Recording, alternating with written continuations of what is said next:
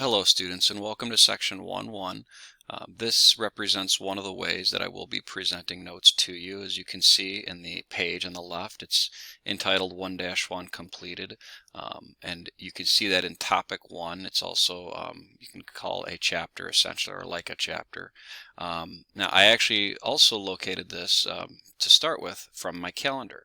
So from the calendar I went to today, which is Tuesday, and I clicked on 1-1. And it took me right here. This is the blank version, so to speak, of the notes. You may print this off if you'd like. There is a print feature up in the upper right corner in which you can print if you'd like. I do recommend that you do this on a separate piece of scratch paper as I talk, and then you can always go back and do whatever you need to.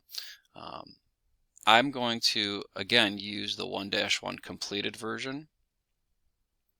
Because all of these have answers. There will be various ways that I present lessons. This is one of those ways.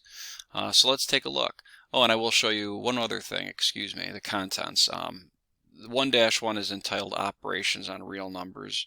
Topic 1 overall is entitled Solving Equations and Inequalities.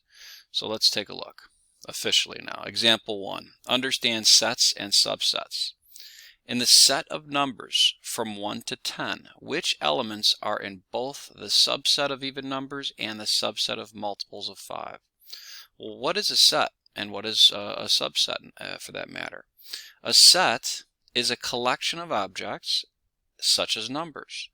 An element of a set is an object that is in the set. And we write a set by listing the elements enclosed in these curly braces. So as you can see, set A is named, as you see, with the numbers 1, 2, 3, and so on.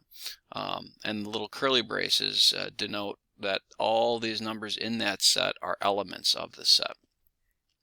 A set B is a subset of set A if each element of B is also an element of A. So for example, set B or subset B, 2, 4, 6, 8, 10.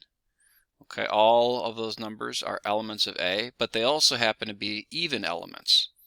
And then lastly, subset C, 5 and 10. These are elements of A that are multiples of 5. And as you can see, to answer the question, which elements are in both the subset of even numbers and the subset of multiples of 5, they've highlighted 10 because 10 is even in set B and 10 is a multiple of 5 in set C. And of course, even to start the two subsets, we had to designate these from that initial A set and these from that initial A set. So the number 10 is the only number that is an element of both subsets. Example 2. Compare and order real numbers. Jim is playing, let's scroll this down a little bit more like this. Jim is playing a math game where he needs to put a set of 3 cards in numerical order. His cards show 40 over 11, so a fraction, the square root of 324 over 36, so another looks to be like a fraction, but it's under a square root. Talk about that in a little bit. And then lastly, the square root of 10.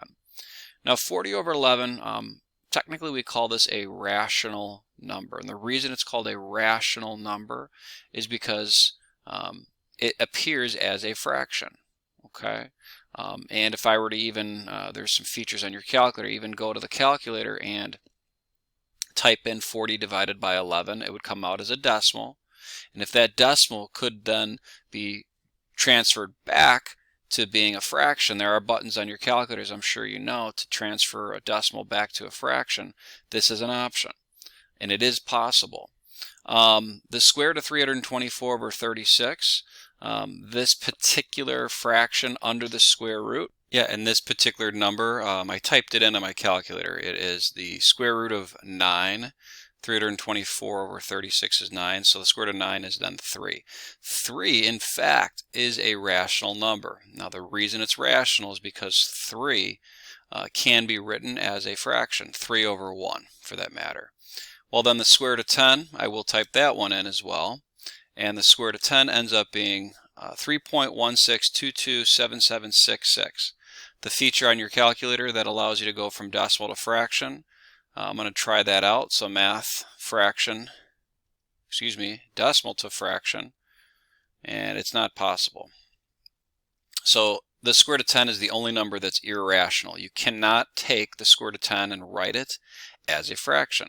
So if I want to order the cards from least to greatest, now that I have the decimals all ready to go, and just to double check, 40 over 11 is 3.636.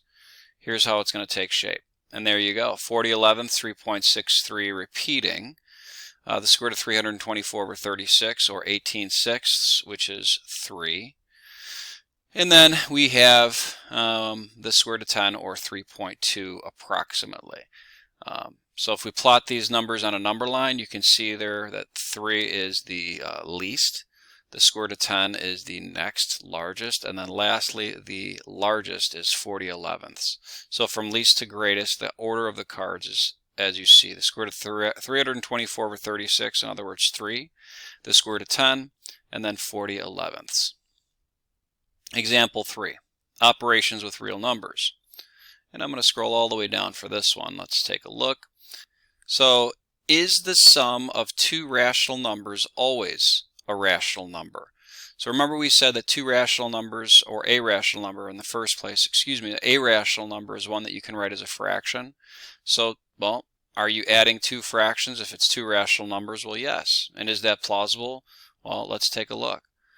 If you take 1/2 plus 1/3, getting a common denominator, in other words, multiplying this first fraction by 3/3, and this second fraction by 2/2, in other words, you have 3/6 plus 2/6, that ends up being 5/6. 7/8 plus 3/4, again getting a common denominator, in this case though 8. You would have 7/8 plus, multiplying this by 2/2, you'd have 6/8. So 7/8 plus 6/8 is 13/8. So notice both of these results are in fact rational. They are fractions, in other words. And the same goes with the last one. They got a common denominator here of 30, and there you have it. 71 over 30, again, a rational number. In each case, the sum is also rational, but you cannot try every pair of rational numbers, since there are an infinite number of them. How can you know whether it is true for all rational numbers? Now, this textbook will do a good job of giving you guys a kind of generic case of things with a lot of letters. The algebra, technically, behind the explanation with letters generalizes things in such a way where you don't necessarily have to go through an infinite number of situations or cases. So use variables to represent any rational number. They use A, B, C, and D as integers. Integers are numbers that are positive or negative, and you can also say whole. So like, for example, -3, -2, -1, 0, and then 1, 2, 3, and so on. So I say positive or negative, but also whole. Although whole numbers technically can only be positive, but if you throw a sign out in front, now we got integers. We'll talk more about that down the road for sure. So A over B, there's a fraction, plus C over D, and that lends itself quite nicely as this, AD over BD. So that's just getting a common denominator of D, multiplying numerator denominator by D over D. And then, of course, the second fraction, in this case, because you want to multiply by B, B over B, so you've got BC over BD. So multiply numerator and denominator by B. In the end, you have a nice singular fraction such that it's AD plus BC all over BD.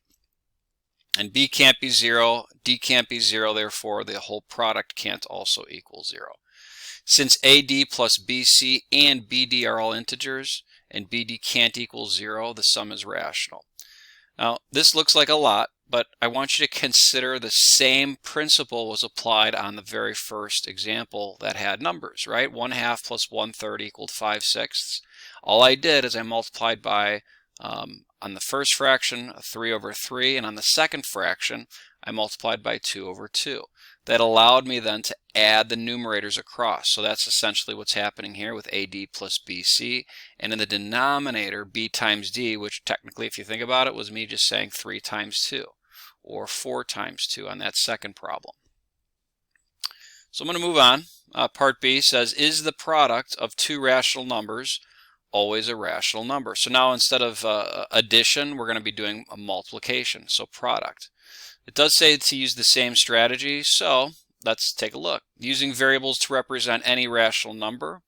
Same principles with these. Again, noting b and d can't be 0. Can't divide by 0. That's another principle we're going to dig into a little bit later. But that's noted. And then a over b times c over d. What happens? Well, you multiply across. You multiply a times c, so the numerators get multiplied, and you multiply b times d, so the denominators get multiplied. This right here, as a final result, does in fact end up being a rational number. If you were to plug in any integer for a, b, c, or d, you'd end up with 2 integers multiplied in the numerator and 2 integers multiplied in the denominator. Since a, c, and b, d are integers, and BD again can't be equal to 0, the product is rational. Last but not least, example 4. Operations with rational and irrational numbers. Is the sum of a rational number and an irrational number a rational or irrational number? Okay. So again, a rational number is one that you can write as a fraction. An irrational number, which they've denoted here with letter C, is one that you cannot write as a fraction. A good example that we have already seen today is the square root of 10. So if I took a fraction and a non-fraction, you will not get a rational number. Okay, now it says doesn't equal p over q, and they're saying p and q, and p over q therefore would be a rational, p being an integer, q being an integer, as they say in the rational numbers. A, b, p, and q are integers. With b not equal to 0 and q not equal to 0, it's just not possible, because you are taking a number like the square root of 10, for example, and trying to add it to something that's a fraction. You cannot get a common denominator with this, and therefore you cannot add the numerators across. So the sum of a rational number and an irrational number is always an irrational number.